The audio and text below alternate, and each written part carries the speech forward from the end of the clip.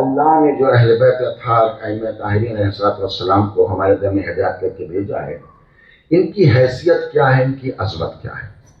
عزیزو یاد رکھیے گا، دو چیزیں ہیں: اہل بیت کی ولایت، ان کا اقتدار، اور ان کی محبت. دو چیزیں. پہلے ہمیں یہ دیکھنا پڑے گا کہ اہل بیت کی ولایت کیا ہے، ان کا اقتدار کیا ہے، ان کی حکومت کس انداز سے. پھر یہ دیکھنا پڑے گا ان کی محبت کہ ہمارے اوپر کس انداز سے واجب ہے. ان دو مرحلوں پر تھوڑی دیر گفتگو کروں گا. جہاں تک اہل بیت کی ولایت کا سوال ہے تو اللہ نے انہیں ولی اور سرپرست بنایا ہے. اگر آپ کو میری ایک دن کی، میرا خیال ہے کہ تیسری یا چوتھی مجلس میں نے تقریباً بزرگان حاضر تھے، جوان بھی اچھا خاصا افراد اس مجلس میں حاضر تھے.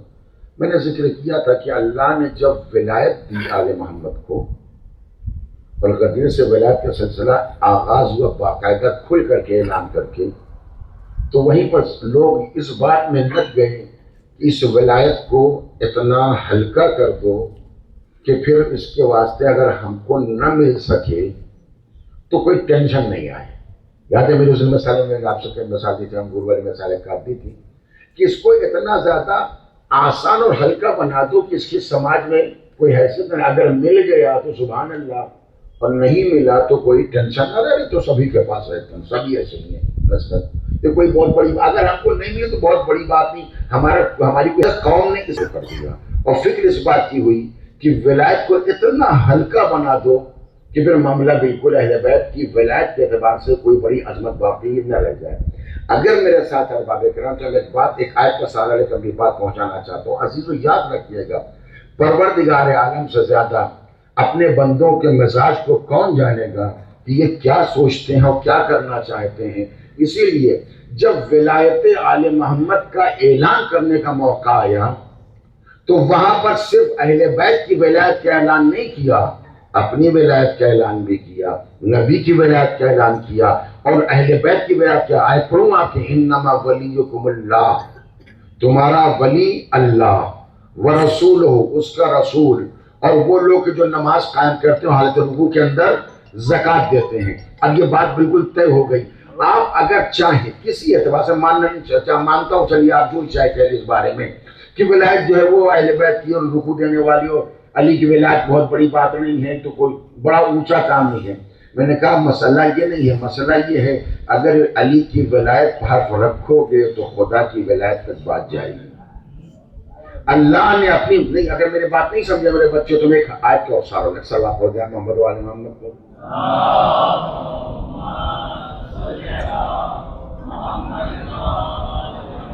ذرا بیدار ہو کے نہ سنیے گا، میں نے وہ تقریب میں لمبی کروں گا.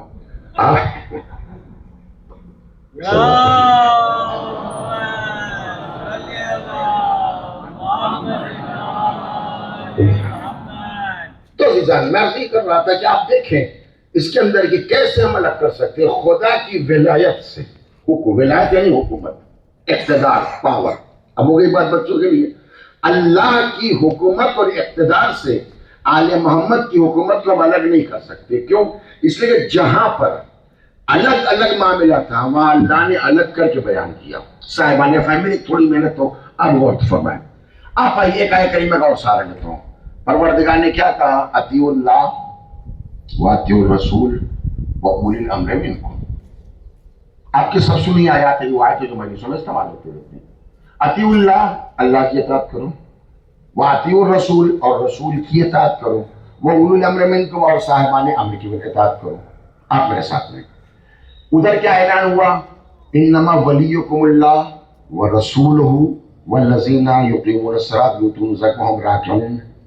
اللہ تمہارا ولی، رسول بھی تمہارا ولی، اور وہ لوگ کی حالت رکوع میں زکوٰۃ دیتے ہیں. میرے ساتھ ہیں. آپ دیکھیں دونوں آیتوں میں ایک بنیادی فرق ہے. جب آئے ولایت آئی تو اس میں ایک لفظ ولی استعمال ہوا. کاش میری بات پہنچے. انما، اب آپ اپنے ذہن پر زور دیں، انما ولیکم اللہ ایک ولی، ورسولہ واولی الامر منکم، مثلا یقیمون الصلاۃ والی ہو گئی. ایک لفظ ولی استعمال ہوا اور تینوں کا ایک ساتھ ذکر کر دیا. جب مقام اطاعت آیا تو دو مرتبہ لفظ اطاعت آ گیا. کاش اتوجہ سے مطلب تھوڑا آپ ذہن اپنے ساتھ رکھیں. اطیعوا اللہ واطیعوا الرسول. آسان تھا اللہ کے لیے چاہے دونوں جگہ دو لفظ استعمال کرتا ہے، کہتا ہے انما ولیکم اللہ و ولیکم الرسول، دو جگہ ولی کہہ دیتا، ڈبل کہہ دیتا نہیں کہہ دیتا. یا اگر جس طرح ولی کا استعمال کیا تھا انما ولیکم اللہ و رسول، ایک لفظ ولی سے سب کو سمیٹ دیا، وہی لفظ مقام اطاعت میں آیا تو اعلان کر دینا چاہیے تھا انما اطیعوا اللہ و رسولہ و اولی الامر منکم، اطاعت کرو اللہ کی رسول صاحبان امر کی. مگر بڑا بنیادی فرق ہے، جب ولایت کا اعلان کیا تو ایک لفظ ولی سے سب کو لپیٹ دیا، سب بیان کر دیا، تینوں کو ایک لائن میں رکھا. جب مقام اطاعت آیا تو ایک لفظ اطیعوا اپنے لیے رکھا، اطیعوا اللہ. پھر جب رسول و صاحبان امر کی بات آئی تو پھر کہا اطیعوا الرسول. میرے مالک یہ دونوں باتیں الگ کیسے ہیں؟ اگر سب ایک جیسے کہنا چاہتا تو وہاں پہ یا ڈبل کر دیتا یا یہاں سنگل کر دیتا. شاید میرا مالک کا آواز تم نے پہچانا نہیں. جب مسئلہ ایک جیسا نہیں ہوتا تو الفاظ الگ الگ استعمال کیے جاتے ہیں. عزیزو میری بہن ظاہر کی جگہ الگ الگ ہوتے ہیں. اگر میری اطاعت، توجہ باب کرم، اگر میری اطاعت اور رسول و صاحبان امر کی اطاعت ایک جیسی ہوتی تو میں کہہ دیتا کہ سب کی اطاعت کرو جس طرح ولایت میں. مگر میں نے دو لفظ اطیعوا استعمال کر کے بتایا کہ محسوس کر لو، چونکہ سسٹم الگ ہے، میری اطاعت کا مرتبہ الگ، اہل بیت اور رسول کی اطاعت کا مرتبہ الگ، اس واسطے میں نے الگ کر دیا. میری اطاعت کا نام ہے عبادت، آل محمد کی اطاعت کا نام ہے پیروی.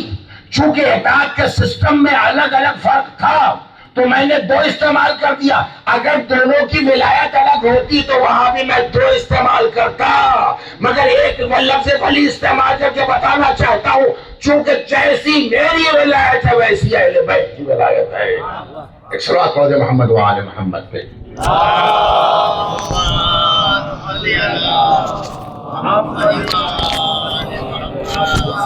امام زمانہ با آواز بلند صلوات.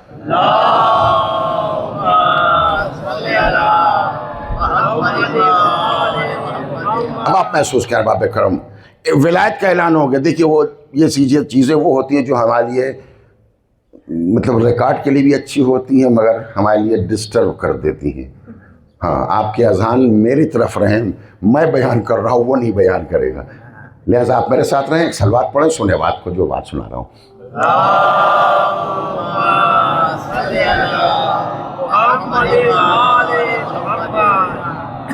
تو عرض کر رہا تھا کہ ولایت طے ہو گئے اہل بیت کی. اچھا بتائیے ولایت اہل بیت ہے کیا؟ بس نہیں تک میری یہاں سے مقدمہ مکمل ہو گیا، بات سمجھ گئے. اب میں سمجھانا تو ولایت اہل بیت دو اعتبار سے، ولایت بے اعتبار حکومت اور ولایت بے اعتبار محبت، دو اعتبار سے.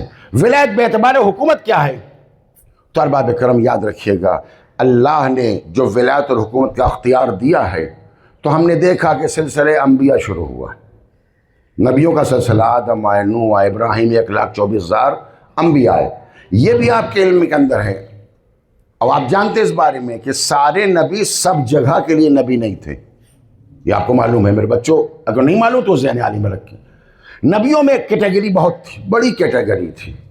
کوئی اپنے علاقے کا نبی، کوئی اپنے زمانے کا نبی، کوئی اپنے خاندان کا نبی، کوئی اپنے ذات کا نبی. نبیوں کی آپ پڑھیں کتاب تاریخ میں تو آپ کو اندازہ ہو جائے گا. آپ ذہن میں یہ رکھ لیں، سارے نبی نبی کی طرح ہمارے نبی کی طرح نہیں تھے، الگ الگ لوگوں کے. یہی وجہ ہے، اگر آپ میری بات پہچان لیں تو میں بڑا مطمئن ہو جاؤ اپنی بات. یہی وجہ ہے کہ ایک ایک وقت میں کئی نبی رہے. یہ اس بات کی علامت ہے کہ ایک ہی نبی سب جگہ نہیں تھا، ہر ایک کی اپنی رینج تھی، ہر ایک کا اپنا علاقہ تھا، ہر ایک کا اپنا خطہ تھا. کسی کو یہاں کا نبی، کسی کو وہاں کا نبی، کسی کو یہاں کا نبی بنایا.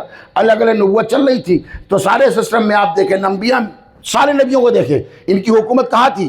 کسی کے علاقے میں، کسی کے منطقے میں، کسی کے شہر تک، کسی کے خاندان تک، کسی کے ذات تک، کسی کے گھر والوں تک، الگ الگ. ان کی حکومت کا دائرہ اقتدار اور حد کہاں تک تھی؟ محدود تھی؟ نہیں محدود تھی. ارے حد یہ ہو گئی کہ وہ نبی کہ جس کو اللہ نے ہمارے پیغمبر حضرت محمد مصطفیٰ صلی اللہ علیہ وسلم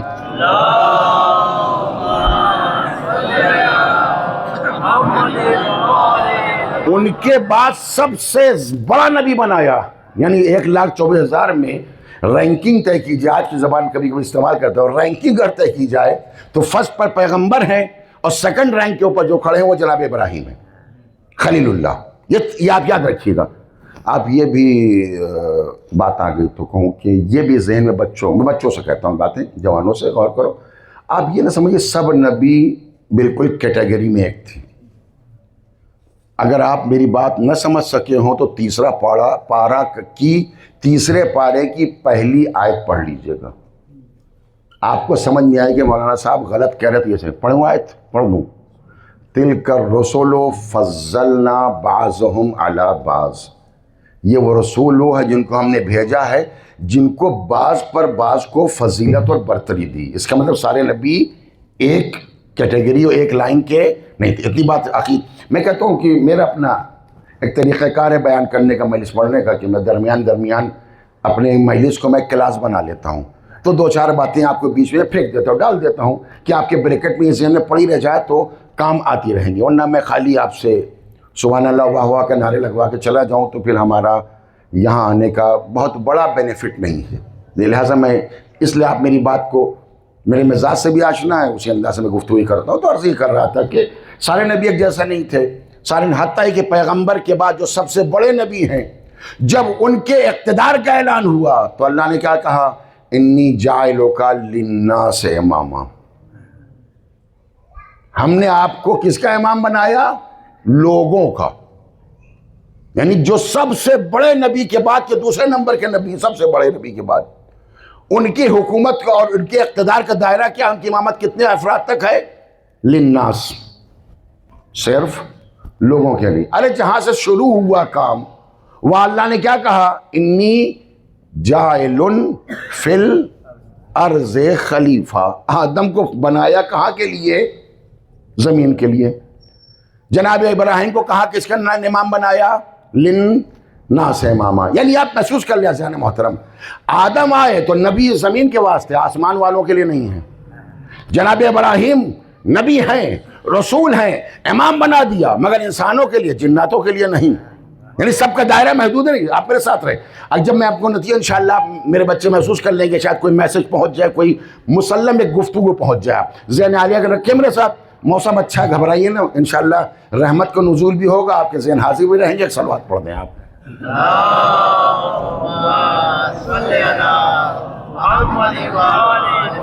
اب آپ محسوس کر لیں جناب ابراہیم کی حکومت کا دائرہ کیا ہے؟ لوگوں کے امام ہے، بس انسانوں کے، جنات کے نہیں.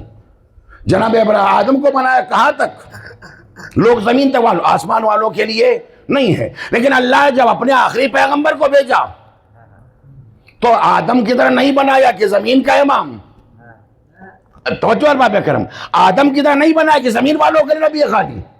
ابراہیم کی طرح نہیں بنایا کہ خالی لوگوں کے لیے ہے، جناتوں کا نہیں ہے.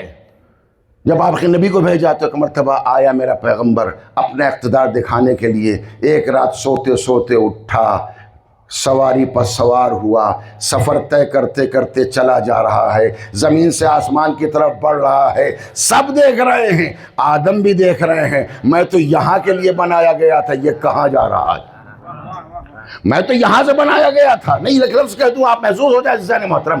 یعنی آدم یہ دیکھ رہے ہیں میں بنایا تو وہاں گیا، بھیجا یہاں گیا. یہ وہ بندہ ہے جسے بنایا یہاں تھا، بلایا وہاں جا رہا ہے. ایک صلوات پڑھ دے محمد و آل محمد پہ.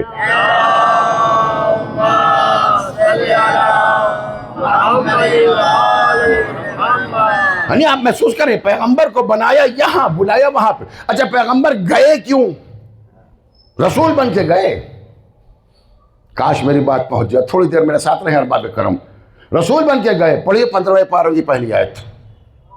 سبحان الذی اسرا بعبدہ. پاک و پاکیزہ وہ ذات ہے جو اپنے بندے کو لے گئی. لیلاً، راتوں رات، میرے مسجد الاقصی، میرے مسجد الحرام الی المسجد الاقصی، مسجد الحرام سے مسجد اقصی تک لے گئی. یہ گفتگو کا موقع میرا نہیں، میں معراج کا موضوع نہیں ہے، لیکن میں اپنی بات صاحب کہنے کے لیے ان مواقع کی طرف اشارہ کرنا چاہتا ہوں. اپنے بندے کو لے گئی. یعنی کیا مطلب؟ جب رسول کو بھیجا تو کیا کہا؟ هو الذی ارسل رسولہ. وہ ہے کہ جس نے رسول بھیجا. متوجہ ہیں؟ اور جب لے گیا تو کیا کہا؟ اسرا بعبدہ، اپنے بندے کو لے گیا. عزیزان محترم تو آپ غور تو فرمائیں. اس کا مطلب سفر دو ہے. توجہ عزیزان محترم, سفر کی قسم دو ہو گئی. ایک ہے سفر رسالت, ایک ہے سفر بندگی. سفر رسالت وہاں سے یہاں ہوتا ہے. آپ محسوس تو کریں, رسول کہاں سے آتا ہے؟ یہاں سے جاتا ہے وہاں. رسول کہاں آتا ہے؟ کس کی طرف سے آتا ہے؟ یعنی رسالت کا سفر کون ہے؟ جو ادھر سے ادھر کی طرف ہوتا ہے. بندگی کا سفر وہ ہوتا ہے جو یہاں سے وہاں جاتا ہے. کتنا آسان تھا. اگر اللہ اپنے پیغمبر کو آسمان پر لے جایا تو رسول بنا کے نہیں لے گیا, بندہ بنا کے لے گیا, تاکہ بتانا چاہتا ہے میرے بندو جو بندگی میں جتنا بڑھتا جائے گا وہ میری بارگاہ میں مقرب ہوتا جائے گا. جب کامل ترین بندہ ہوا تو معراج تک پہنچا دیا. اگر تم بھی معراج چاہتے ہو تو الصلاۃ معراج المومن, نماز میں آ جاؤ, تم کو ہم معراج تک پہنچا دیں گے. ایک صلوات پڑھ دیں محمد و آل محمد پہ.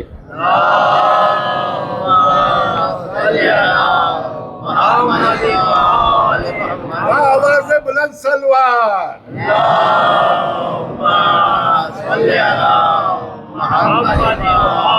بندہ مقام عبدیت میں تو آئے, مالک کہہ رہا ہم معراج کی منزلیں طے کروا دیں گے. اس لیے کہ ان کے یہاں اصول یہ ہے جو جتنا جھکتا جاتا ہے اتنا اٹھایا جاتا ہے, اور جتنا اکڑتا جاتا ہے اتنا گرایا جاتا ہے. اگر نہیں سمجھو تو آپ کے ذہنوں کو ایک جملہ کہہ کے آگے بڑھنا چاہتا ہوں. عزیزان محترم, شیطان اکڑ گیا, وہاں تھا بھیجا گیا, یہاں بھگا دیا گیا. پیغمبر مقام عبدیت میں آ گئے, بندہ یہاں تھا وہاں کی سیر کرا دی. کتنا آسان کام ہے یہ مقام بندگی, یہ معراج. اگر آپ حاضر ہیں تو ایک جملہ کہوں, ایک بات سن لیجیے. نماز مومن کی معراج یہ طے ہو گئی. حضرت سے پیغمبر, میرے گھر کی بات نہیں. یہ معراج ہے کیا؟ میں نے کبھی کہی ہوگی, ہو سکتا ہے, لیکن یہ آ گئی گفتگو تو میں تھوڑا سا اس بات کو مکمل کریں, اس جملے کو بیچ سے جوڑ دوں تاکہ میری بات زیادہ مکمل ہو جائے. ہوتا ہے نہیں ہوتا, آپ نماز پڑھتے ہیں جماعت کی. میں اس لیے رکا کچھ سوچا کرنے کے, لیکن رہنے دیجیے, موضوع ابھی نہیں ہے, لیکن اپنی بات آگے بڑھاؤں اسی بات کو کہ نماز ہم جماعت سے پڑھتے ہیں. ٹھیک, پڑھ رہے ہیں جماعت سے. جماعت کا اصول کیا ہے کہ لوگ صف میں بیٹھے رہتے ہیں. البتہ نماز جب ختم ہوتی ہے تو ایسا السلام علیکم ورحمۃ اللہ وبرکاتہ ہوا تو لوگوں نے صلوات بھیجی, اور اس کے بعد آپ بھی بھیج دیجیے.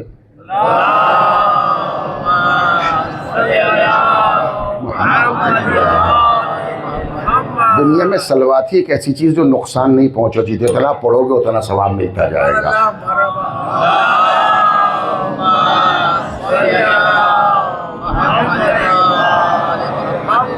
تو جیسے نماز ختم ہوتی ہے کہ انسان ادھر مڑا آؤ مصافحہ کر لیں, ادھر مڑا آؤ ہاتھ میں لا لیں.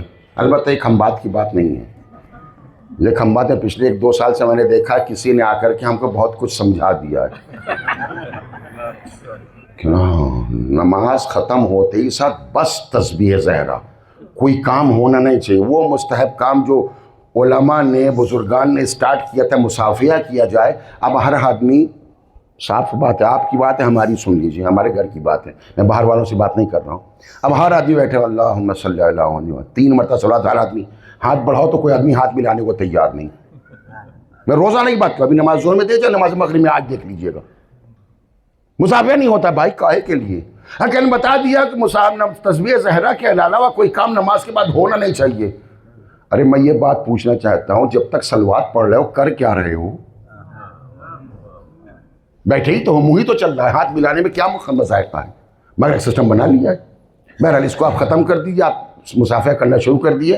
اس روایت پاتے ہیں التصافح تذہب الحقد, مصافحہ کینوں کو ختم کر دیتا ہے. اگر دل میں کینہ پایا جاتا ہے تو مصافحہ کر دو, کینہ ختم ہو جائے گا. ہم آپ کو سنا سکتے ہیں وہ بات کہ دیکھیے عزیزان محترم, 1 مرتبہ 2 مرتبہ ہاتھ ملا ہوتا ہے, 2 آدمی کے درمیان جھگڑا ہو گیا, ہمارا آپ کا جھگڑا ہو گیا, اختلاف ہو گیا, ہم آپ کو دیکھ رہے ہیں, آپ ہم کو دیکھ رہے ہیں, آپ ہاتھ سے ملا رہے. کسی مرد مومن کو اگر یہ کار خیر سمجھ میں آیا تو, ورنہ تو ہم جو چاہتے ہیں کہ جھگڑا باقی رہے, تھوڑا سا نیتا گیری کا موقع ملے. ہاں مصالحت کرانے کے فکر میں کبھی نہیں رہتے. یہ کام ہم نے, یہ نیک کام تو ہم جانتے ہی نہیں. ہاں جھگڑا کرانا آپ جہاں جا کروا لیجیے. تو عزیزان اگر کسی آدمی کے درمیان اختلاف ہو گیا, ہمارا آپ کا جھگڑا ہو گیا, ہم آپ سے نہیں بول رہے ہیں, ہم سے ہاتھ نہیں ملا رہے ہیں, دو مرد مومن نے کہا نہیں مولانا صاحب ٹھیک نہیں ہو, معاف کر دیے, ان سے کہا سمجھا, بات طے ہو گئی. عزیزان تجربہ کر کے دیکھا ہوگا, ہو سکتا ہے اگر دو آدمی آ جائیں ملا کے خالی ایک مرتبہ ہاتھ ملوا دو, خالی ایک مرتبہ, اگلے ٹائم کیا ہو جائے گا, پھر روٹین بڑھ جائے گا, ہفتے 10 دن سب نارمل ہو جاتا, نہیں ہو جاتا. ایک مرتبہ ہاتھ ملا لو تو کینہ ختم ہو جاتا ہے. نماز میں صبح سے شام تک ملاتے رہو, کتنا کینہ ہوگا, کتنا ختم ہوگا, سوچو تو کتنا فائدہ ہے. آسان کام ہے, لہٰذا مشکل نہیں ہے اس بارے میں کہ مسافہ کیا جائے, لہٰذا اس بات میں ضرورت ہے اس بات کی. تو آئیے میرے ساتھ میں جو بات کہنا چاہتا ہوں کہ نماز, میں نے کیا عرض کیا کہ نماز مومن کی معراج ہے. یہ گفتگو چل رہی تھی, نماز ختم ہوئی تو سسٹم وہی ہے جو ہم نے عرض کیا کہ نماز جیسے ختم ہم نے بغل والے سے مصافحہ کیا, وہاں جہاں تک ہاتھ پہنچتا ہے وہاں تک مصافحہ کر لیتے ہیں. بائیں طرف بھی جو بیٹھا ہوا تھا اس سے بھی ادھر سے مصافحہ, ادھر سے مصافحہ, چل گیا. نماز مثلا شروع ہوئی, پھر نماز سب شروع ہوئی, پھر وہی ہوا. مثال سمجھ گئے یہ کام ہوتا ہے نماز میں کہ نہیں ہوتا, ہوتا رہتا ہے. اب میرے ساتھ میرے بچے رہے, بزرگ جانتے ہیں. میں ابھی آیا یہاں پر, مثلا کوئی بھی آپ میں سے کوئی بزرگوں میں تھا, سلام ہوئی, بیٹھ کے بات میں جو وہاں میں بیٹھے میں باتیں کر رہا تھا, میں یہاں بیٹھ کے ہم دونوں آدھی بات کر رہا تھا, آپ نے دیکھا ہوگا. سلام تو ہوئی, میں آئے, میں نے ہاتھ ملایا, انہوں نے ہاتھ دیا, بات ختم ہو گئی. تھوڑی دیر میں نے کہا کہاں کہنے طبیعت ٹھیک نہیں ہو, میں یہاں رہتا ہوں, بروڑا چل رہا ہے, وہ ساری باتیں ہوئی. تھوڑی دیر میں نے کہا کہ میں تمہیں ذرا ہاتھ ملائیے, بغل میں بیٹھے تھے, میں نے ان سے کیا کہا ہاتھ ملائیے, تو ملانے تو لگیں گے لیکن ہو سکتا ہے تھوڑی دیر کے لیے میرے چہرے کو دیکھیں کہ یہ کیا معاملہ ہے. پھر تھوڑی دیر گزر گئی, میرے ساتھ ہیں میرے بچوں میں ایک بات کہنا چاہتا ہوں. پھر تھوڑی دیر بیٹھے, 3-4 منٹ گزرے, کیا حال چل رہا ہے محرم, ایسا ہوا, الحمدللہ گزر گیا, خیر سے ہو گیا, شکر مالک کا, عزاداری کے ماہ ہوتے. پھر میں نے کہا ہاتھ ملائیے. تیسری مرتبہ ہاتھ جیسے ہی ملاؤں گا, تھوڑی دیر میں ان کو اب ہمارے ذہن کے اوپر شک ہونے لگ جائے کہ مولانا کو ہو کیا گیا ہے. ابھی ہم لوگ یہیں تو بیٹھے اتنی دیر سے بات کر رہے ہیں, یہ بار بار ہاتھ کیوں ملا رہے ہیں. اور کہیں چوتھی مرتبہ ہو گیا تو پھر وہ آپ ذاکر ڈھونڈنے لگیں گے کہ ان سے تو پڑھوا چکے ہیں مجلس, ان کو کیا یہ پڑھیں گے, ان کا تو دماغی در پہ نہیں ہے. آپ ذاکر مجلس کو ڈھونڈنا شروع کر دیں گے, معاملہ ٹھیک نہیں ہے, یہ بہت معاملہ گڑبڑ ہو کے لے چلو کسی اسپتال دولت کر کے, یہاں اس قابل اب نہیں کہ ممبر پہ لایا جائے. میری مثال کو گم نہ کی, ہوتا ہے یا نہیں ہو جائے گا, نہیں ہو جائے. آپ تجربہ کر کے دیکھ لیجئے کیوں یہ شک کیوں ہوا. پہلی مرتبہ ملایا تو کچھ نہیں آپ نے سوچا, دوسری مرتبہ ملایا تو تھوڑا جھجک کے ملایا آپ نے, تیسری مرتبہ ملایا تو آپ نے مجھے گھور کے دیکھا اور میرے ذہن پر شک کیا, چوتھی مرتبہ ملا لیا آپ نے, میرے شک ذہن کے اوپر یقین کر لیا. یہ کیوں ہوا؟ کاش میری بات میرے بچوں تک پہنچ جائے. ذرا محترم, اصل مسئلہ یہ ہے کہ ہمارے سماج میں ایک نظام ہے, ہمارے معاشرے میں ایک سسٹم پایا جاتا ہے. وہ سسٹم یہ ہے کہ ہاتھ اس وقت ملایا جاتا ہے جب نئی ملاقات ہوتی ہے. کچھ میں نے کہا ہے, میں نے کہا آپ غور کریں, میں نے کیا عرض کیا, ہاتھ کب ملایا جاتا ہے؟ جب ایک آدمی ادھر سے ایک آدمی ادھر سے ملاقات ہو گئی, پھر کہیں ملے تو وہاں پھر ملاقات کر لیا, کہیں اور ملے پھر ملاقات. جب نئی ملاقات ہوتی ہے تبھی ہاتھ ملایا جاتا ہے. کاش میری بات پہنچ جائے. عزیزان محترم, ہم نماز پڑھنے پہ آئے, نماز پڑھنے کے لیے مرد مومن سے مصافحہ ہوا, کھڑے ہو گئے نماز پڑھنے کے, اللہ اکبر, قربتاً اللہ, الحمدللہ, رکوع سجدہ قیام قعود, نماز, السلام علیکم ورحمۃ اللہ, ہاتھ ملا لیا. کسی نے شک کیا؟ نماز عصر ختم ہوئی, وہیں بیٹھے, بھاگے نہیں ہیں. نماز عصر ختم ہو گئی, مثلا دوسری نماز ختم ہوئی, پھر جیسے ہوا, پھر ایک مرتبہ مصافحہ ہو گیا. کسی نے شک نہیں کیا. کہا کیوں؟ کہا مسئلہ یہ ہے کہ مصافحہ نئی ملاقات پر ہوتا ہے. میری بات پہنچی یا نہیں پہنچی؟ یعنی جس نماز کو تم سمجھ رہے ہو ہم نماز پڑھ رہے ہیں, بغل بغل کھڑے ہیں, نماز مومن کی معراج کا نام ہے. یعنی جتنی دیر نیت کر کے قیام و قعود کی منزل سے ہم گزر رہے تھے, بظاہر ہمارے جسم تو پہلو میں تھے مگر ہماری روحیں ملکوت اعلیٰ کا سیر کر رہی تھی, معراج کی منزلیں طے کر رہی تھی. اب جب نماز ختم ہوئی ہے تو دونوں بڑے سفر سے واپس آئے ہیں. یہ نئی ملاقات ہے جس میں مصافحہ کر کے ہاتھ ملایا جا رہا ہے. ایک صلوات پڑھ دے محمد و آل محمد پہ.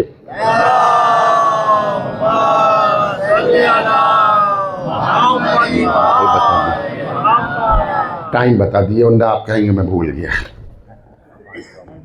11 میں 5 کم 20 پہ شروع ہوئی تھی میری. 35 منٹ ہو گئے. چلیے میں تو بہت کچھ کہہ رہا تھا لیکن مقدمے میں گفتگو چلیے 5 7 10 منٹ اور سن لیجیے بس اسی بات کو مکمل کر دوں جو چھیڑی ہے. ورنہ باتیں تو میں نے بہت سے ارادہ کی تھی. وقت اجازت دیتا ہے تو کہوں گا آپ وقت اب اجازت نہیں دے گا. وقت ہو گیا. ایک اور صلوات پڑھ دیں میں سلسلے کو جوڑ دوں.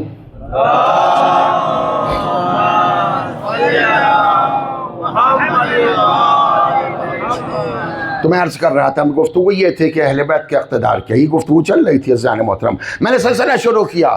آدم کو بنایا زمین کا خلیفہ. متوجہ ارباب کرم. ابراہیم کو بنایا لوگوں کا امام بنایا.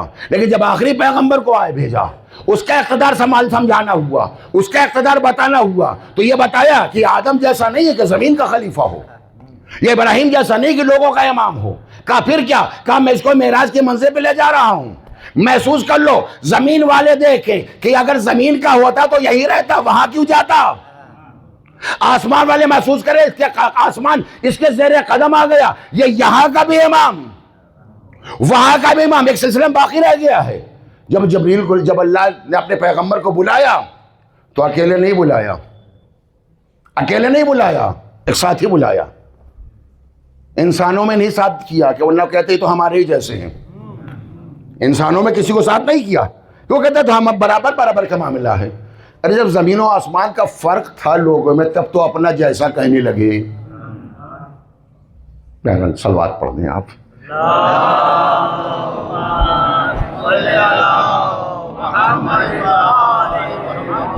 ہے نا باب کرم. پھر کس کو ساتھ کیا؟ ملک کو ساتھ کر دیا.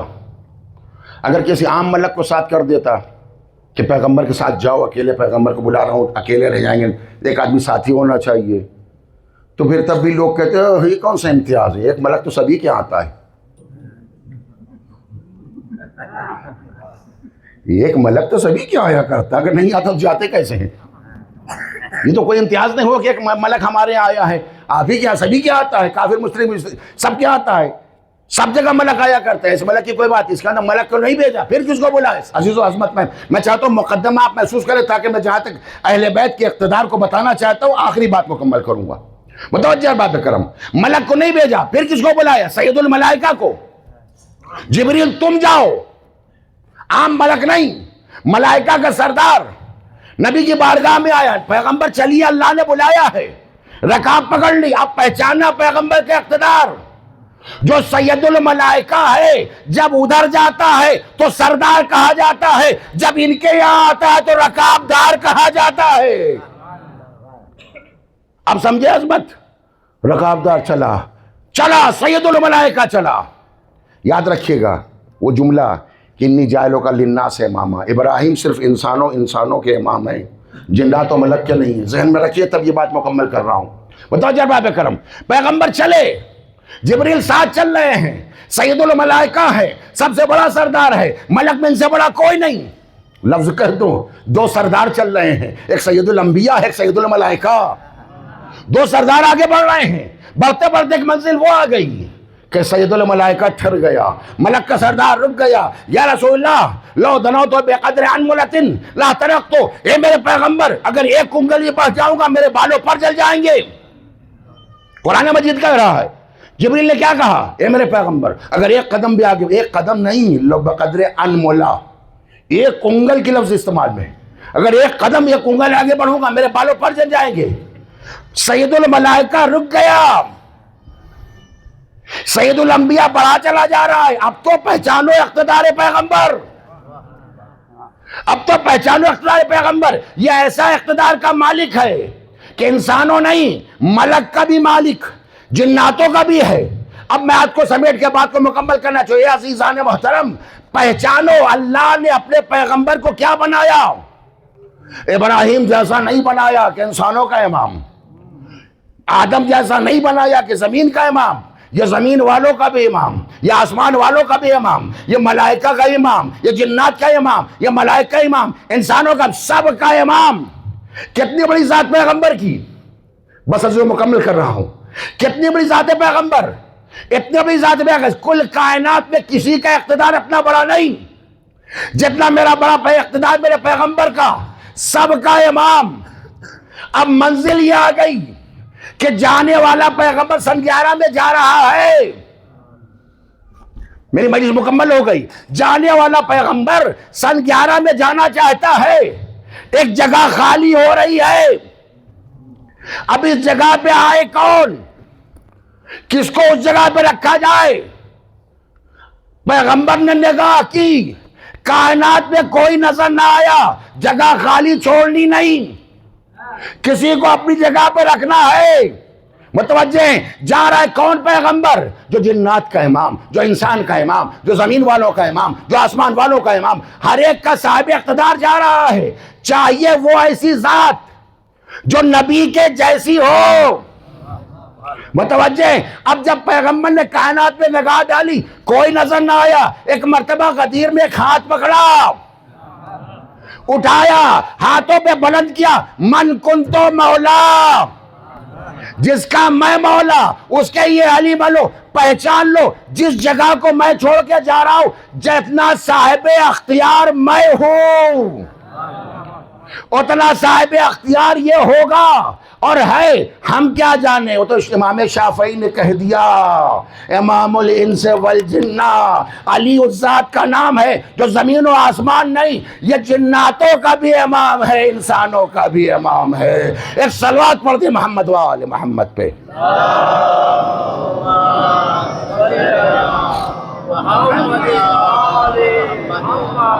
ایک اور صلوات پڑھ۔ بس عزیزو، گفتگو روک دی، اب تک بہت سی گفتگو تھی جو بڑی تفصیل ہو جاتی، انشاءاللہ پھر کسی موقع پہ اس سلسلے کو جوڑے گئے، اس طرح کی بحث تو پھر اسی میں جوڑ کر کے اپنی بات کو مکمل کروں گا۔ اب تو پہچانو اقتدار آل محمد، اختیار آل محمد اب تو پہچانو، ان کی ولایت کے اختیار کہاں تک ہے کوئی نہیں پہنچ سکتا، کوئی دنیا میں ان کے برابر نہیں ہے۔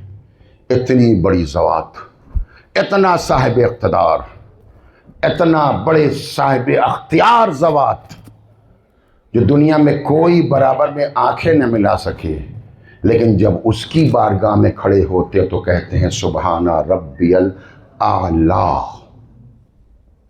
پہچانو، میں ایک لفظ کہوں میرے بزرگوں، قدر کرو اس جملے کے، میں پہچاننا چاہتا ہوں، اتنے اعلیٰ مقام پر رہنے والے اہل بیت جب کسی کو اعلیٰ کہیں گے تو وہ کتنا اعلیٰ ہوگا، وہ ذات کتنی اعلیٰ ہوگی، کتنی بلند و برتر ہوگی۔ ہم آپ نہیں پہچانتے، وہ تو پہچانتے تھے۔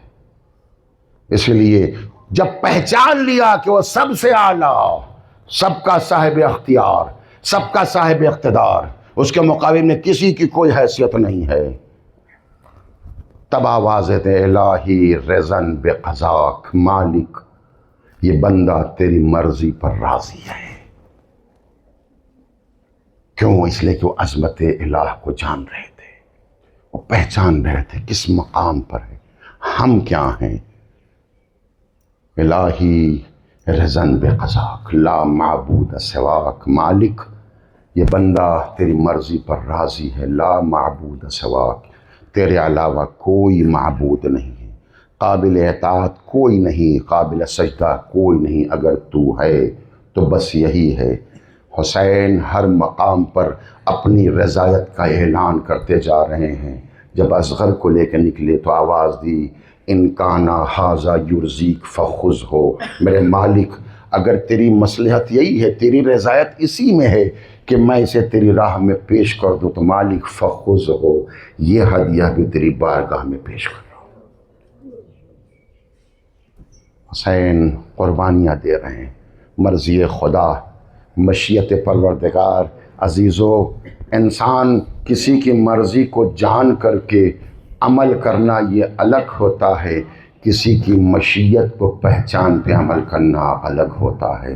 یہی تو وجہ ہے کہ پیغمبر نے جب حسین رخصت آخر کے لیے قبر پیغمبر پر آئے تو آواز دی شاء اللہ ان یراک قتیلا، اللہ کی مشیت یہ ہے کہ آپ تم اس کے راہ میں قربان ہو جاؤ۔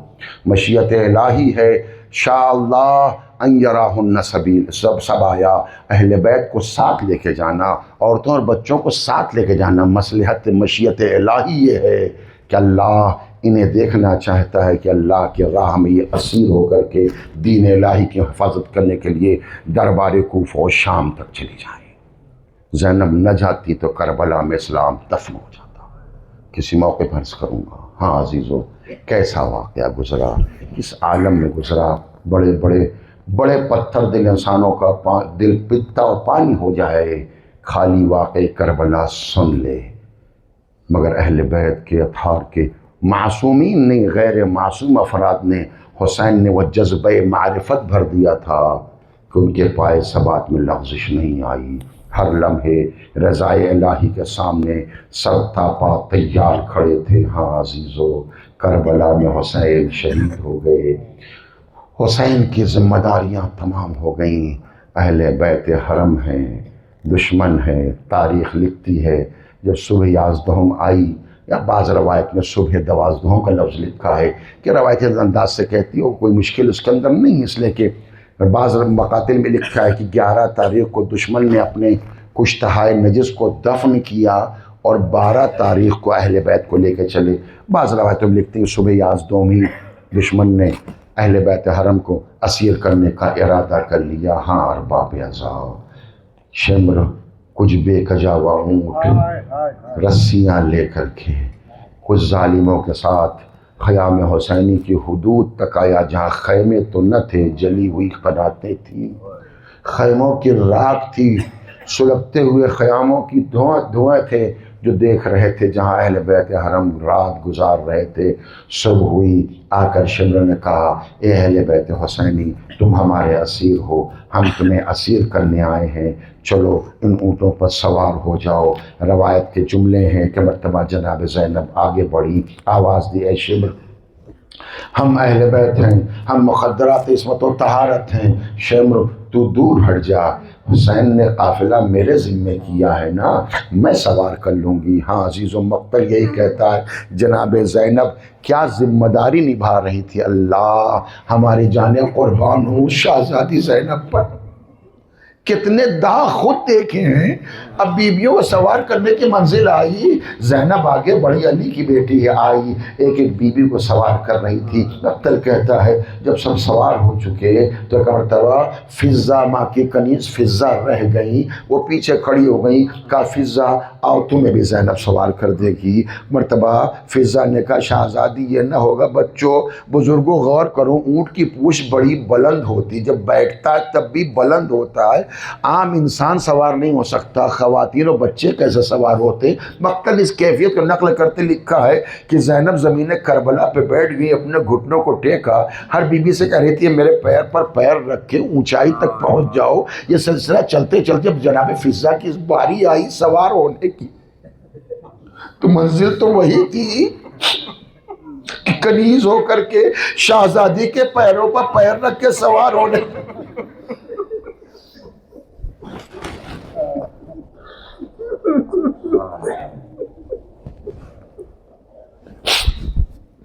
منزل آ گئی، فضہ پیچھے ہٹ گئی، شہزادی یہ نہ ہوگا، کنیز کے قدم شہزادی کے قدموں پر نہ آئیں گے۔ ایک مرتبہ زینب متوجہ ہوئی، فضہ تو مجھے میرے ماں کے حق کا واسطہ، اور زینب سوار کرے گی، سوار ہو جاؤ۔ فضہ کو سوار کر دیا۔ ہائے رے زینب کی بے کسی، ہائے رے زینب کی بے پسی، میدان کربلا میں اکیلی کھڑی ہے، کبھی اونٹ کی پشت کی بلندی کو دیکھا، کبھی اپنی تنہائی کو دیکھا، یاد آیا مدینہ، اے عباس جب چلے تھے تو کس اہتمام سے سوار کیا تھا، کسی نے بازو تھاما تھا، کسی نے نالین سنبھالی تھی، کسی نے ابا پوالی تھی، تب سوار کیا تھا۔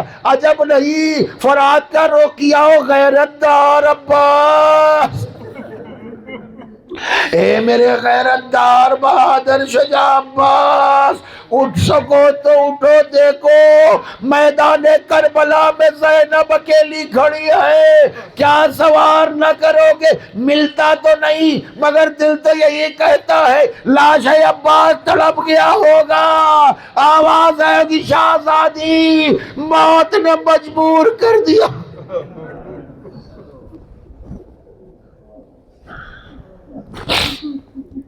جزاکم اللہ خیرہ. خدا آپ کو کسی غم میں نہ لائے سوائے غم عالم. میں نے مجلس تمام کر دیا عزیزو، بس ایک منظر مجلس تمام کر رہا ہوں. ہار باب اعضا سب سوار ہو گئے، قافلہ چلا. ظالموں نے ظلم یہیں نہیں روکا، ظلم آگے بڑھا.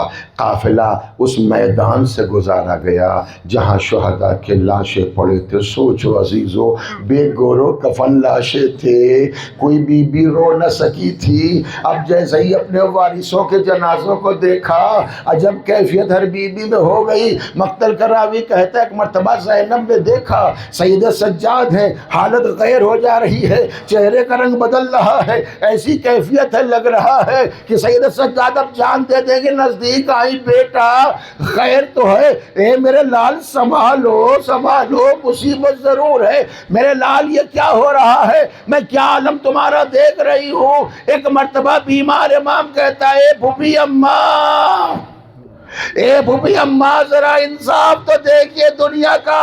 انہوں نے اپنے کشتہائے نجس کو دفن کر دیا، میرے بابا کا جنازہ بے گور و کفن ہے. یہ جوان بیٹا موجود، اتنا مجبور کہ ایک مجھ خاک نہیں ڈال سکتا. وَسَيَعْلَمُ الَّذِينَ ظَلَمُوا أَيَّ مُنْقَلَبٍ يَنْقَلِبُونَ. اِنَّا لِلَّهِ وَإِنَّا إِلَيْهِ رَاجِعُونَ. رضاً بقضائه وتسلیما لامرہ. پروردگار ہمارے اس عمل کو قبول فرما.